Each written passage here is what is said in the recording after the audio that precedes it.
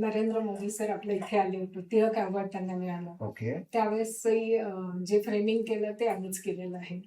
तरी ज्यावेळेस आलं आमच्याकडे सर्टिफिकेट, त्यावेळेस थोडंसं टेन्शन होतंच की एवढ्या ह्याच्यामध्ये त्याचं आता फ्रेमिंग कसं पाहिजे, कारण एवढा मोठा अवॉर्ड आपण त्यांना देतोय म्हणल्यानंतर त्याचं ते प्रेझेंटेशन पण नीट व्हायला पाहिजे.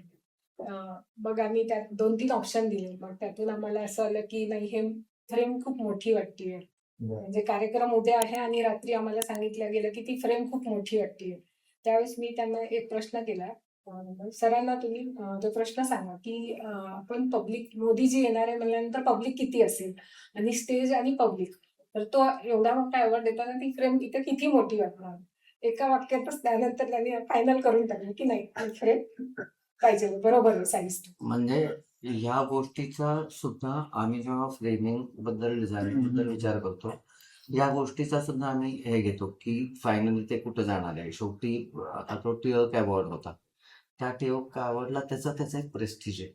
करेक्ट. जर मोदीजी येणार होते तर त्या अवॉर्डला तेवढं प्रेस्टिज आहे म्हणून मोदीजी येणार होते. त्यामुळे त्याला त्या पद्धतीने स्टेजवर दिल्यानंतर ते आपलं मानपत्र दिल्याचा फील नको. त्या टिळक अवॉर्डची पावित्र्यता राखणं ही दोन्ही गोष्टी, म्हणजे या सगळ्या गोष्टींचा विचार केला होता. त्याच्यानंतर अजून एक ते होतं, आम्ही बाबासाहेब पुरंदरेंसाठी एक फ्रेमिंग केलं. काय बात आहे. त्यांनी दमनला जो दमन जेव्हा पोर्तुगीजच्या ताब्यातून भारतात आलं तेव्हा ते तिथं होते आंदोलनात. तर त्यांनी तो शेवटचा झेंडा उतरवला होता बाबूजी आणि हा सर्व. हो हो, आणि त्या झेंड्याला फ्रेमिंग करायचो.